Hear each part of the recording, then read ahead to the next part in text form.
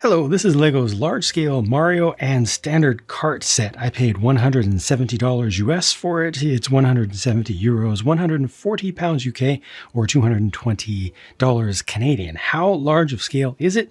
Well, here's their regular play style kart, and here's a random minifigure. Yeah, this thing is large. It comes with 1,972 pieces in 17+1 plastic bags, at least in North America. And I built it live with all the wonderful folks over on Twitch across 2 building sessions. There are really 3 assemblies here. There's the stand, which is nice because it actually allows you to tilt as well as easily rotate around. There's the cart, and then Mario himself is kind of a separate build, but no, he is not designed to be able to be taken out and then stand on his own. He's not able to stand up because it's specifically designed to fit into the seated position. If they had made this so that he could stand up, it would have compromised the look of it in cart form, and I think that would have been a bad thing. So we do have to rely on mock makers and customizers to come up with versions of this if you want to have a standing one. The cart is the first thing they have you build, and it feels better than it looks. And I thought it looked really good. But to actually have it in my hands, it's way more solid than I expected, especially just on its own. And the tires have a certain amount of bounce to them. There's a little bit of ground clearance, not a whole lot, but a little bit of ground clearance underneath. And it just feels fun. It also looks much more striking than I expected in person. And it rolls nicely. It has working steering, which has actually an interesting little mechanism inside of it, the way that they've got a Technic large action figure style of socket piece. It's actually actuating that, going back and forth. So if I pull this back just a little bit, you can see the separation right in there. It's not actually attached in there, but it works. It doesn't give you a great turning radius or anything. This does use only prints, no stickers. So that's a print. That's a print. There's one on either side. This is a very good print. Thankfully, most of the prints in here are very good quality. And then also on the side over here, this little notch on the exhaust on either side is a print. That one's not quite as good. You can see that the opacity isn't 100%, but it's close. And I'd say it's closer than most prints that LEGO has done in the past, handful of years. They've decreased in quality continually, and it looks like and feels like they're increasing in quality again, just by a little bit. You see how much thickness there is in the rear axle here. This is nice and solid as well, this whole engine area. And looking underneath, you can see some of the basic Technic brick-based build. So it does get held together with pins. There are some sideways building techniques that are used to hold some things together as well. And it's really nice that you get the stripes actually brick built in. There's a little a clip and bar system in there to get this to angle up just a little bit. It's also nice, the building's techniques that were used to create the reversal of studs within the space of 1/2 of a plate, and it just feels good. You got the gas and brake little bars here towards the front, which look good, and you can pose them right up against the feet, or you can kind of make it look like it's actually in an action pose a little bit. And I'll show you more about that, how this can actually be posed effectively with the Mario, even though he's not able to change a lot, nor is this, but with the help of the stand, it really can make for a dynamic pose just on display. Mario is really not made to be looked at just like this, but I figured since it is a separate thing, this would allow us to focus in more on just it for a minute. This also uses strictly prints. So for the knuckles on the gloves right there, those are prints. I was really worried about the M logo, and it's not bad. It's not the best. It's not full bright white, but it's close enough, and there are no actual white plastic pieces around to let you see the difference. And it's acceptable. It's not good, but it's acceptable. These prints are good here. The prints for the ears are also done nicely. And yes, this is a new nose piece and a separate new mustache piece. Sorry if that looks a little bit disturbing to you, but yeah, they actually came up with those pieces. I'm sure that they will force themselves to use those in other ways just to prove that, look, it's a super useful piece. It's not specialized. We don't do specialized molds for things except when we have to, or we get asked to by the IP partner. The way that the head went together is actually great. It's multiple angles. This top part is actually on a Technic hinge. this upper part here, but it fits in so snugly that it's not moving anymore. Just a single axle just going through the middle there. Really, really interesting. These major sub-assemblies that come together for this, and it just feels good to me. Also, the way that the hair was done in the back is kind of interesting and nice. You do see these gaps back here, but he's supposed to be sitting. When he's sitting, you don't see those gaps. This is designed for everything to go together. He's got the ball joint in the neck, which is a little bit loose. I will say that it feels a little bit bobbleheady as you move it around. Everything else feels pretty secure. That feels a little bit bobbleheady, but I'm not worried about it falling off. The good thing there is that he can turn his head all the way and still have it angle forward and back like that. So you're able to get a little bit of expressiveness out of him in that way. And yes, there is a mouth that's printed under there as well. It's easy to miss. I really liked how the buttons were attached and how they were set up with the small modified plate with the clip on it that then receives a single stud on the back of these little sub-assemblies. And the arms are able to be posed up and down, as well as in and out. You've got a hinge joint for the in and out there. So that gives you some range. You can also rotate the fists around. They're always going to be somewhat fist-like, but you can mess around with the thumb, including putting it all the way around the steering wheel, or kind of putting it into a thumbs up position like I showed you early on, or just kind of let's go kind of thing.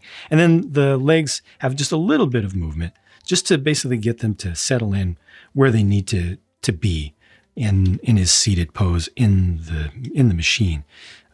And I like the round areas that they have, kind of the little bit of bunching up of cloth that's suggested here down towards the bottom of the legs, the pant legs, and then here at the bottom of the gloves as well. The whole thing just feels very effective and good to me. I enjoyed putting this together. I'm not a Mario fan. I've never played anything Mario other than just a little demo of level 1 of Super Mario. I've never played Mario Kart, so I'm definitely not biased in favor of the source material here. Not at all. But I do like old gaming stuff, and just in general, the whole thing just felt good to me. The stand is so simple, but so effective. Just gives you a little bit of room for angling it back and forth with stoppers on either side. And then you can simply just spin around the center peg there, which just fits into a 2x2 opening on the bottom of the cart. Put it all together, you can, like I said, get the arms or the hands around the steering wheel, and then you're able to tilt from side to side. So you can put it into a turning pose. You can move the arms a little bit with that as well, just in a subtle way, and then have his head turn in so you can make it look like that and just pose that way. If you want to make it look like he's kind of coming into a turn, just rotate the base a little bit. He's braking, something like that, or he's coming down from a jump, or he's going over a crest. You can just rotate it back like this, and it will hold that. It will hold that pose. You have it looking off to the side,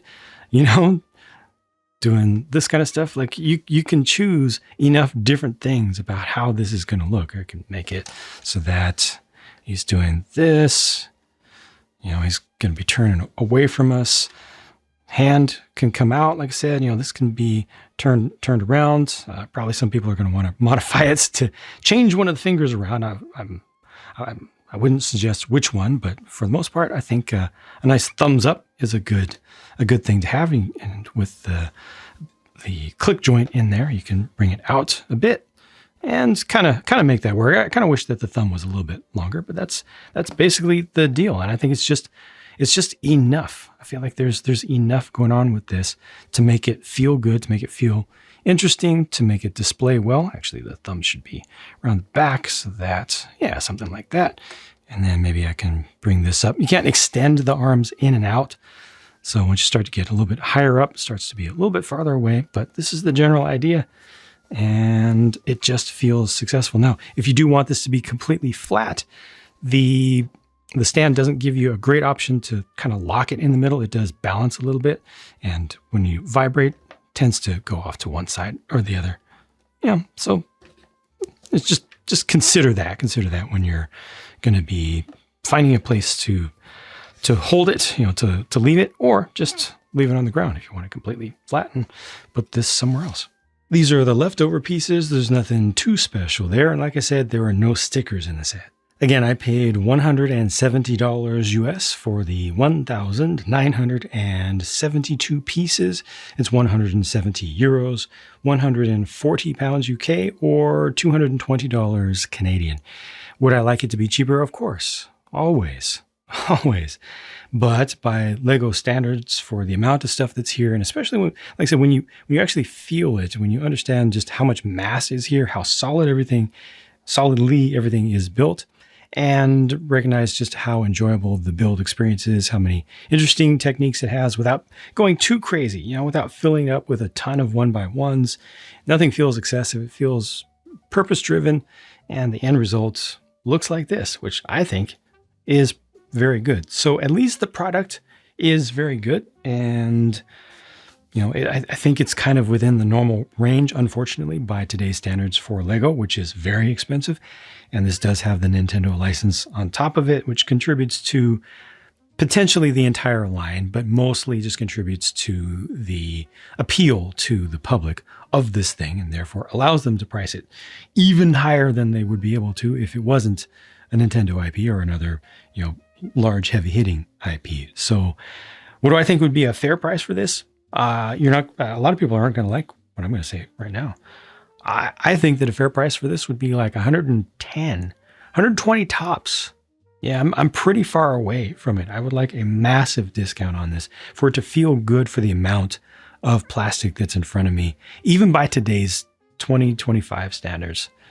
Yeah, that's about where I'm at. Definitely, I can't see it coming down to 100 realistically, retail, but 150 still feels like too much, given that it doesn't have anything else going on with it. If you could open up the engine and had engine detail in there, or if it's somehow integrated with this whole system, if it had a sound brick, at the very least, a good sound brick in it, if you had the additional parts to be able to rebuild the Mario to be able to stand, stuff like that. If it had more within this volume of stuff, then I would be okay with 150. But as it is, 120 tops is kind of where I'm at. But, that's completely subjective. Let me know what you think is a fair price for this in the comments. Thank you very much for your support. Thank you especially to the channel members here and on the main channel, and to the Patreon members who have really been getting me through the past half decade of struggle against all the things in the content creation space that have worked against me. I'm glad to be able to continue to bring you independent reviews. I like to do this stuff. I've always liked to do it. And I hope that I bring you value through this stuff. So thank you for watching, and I'll talk to you again soon. Bye for now.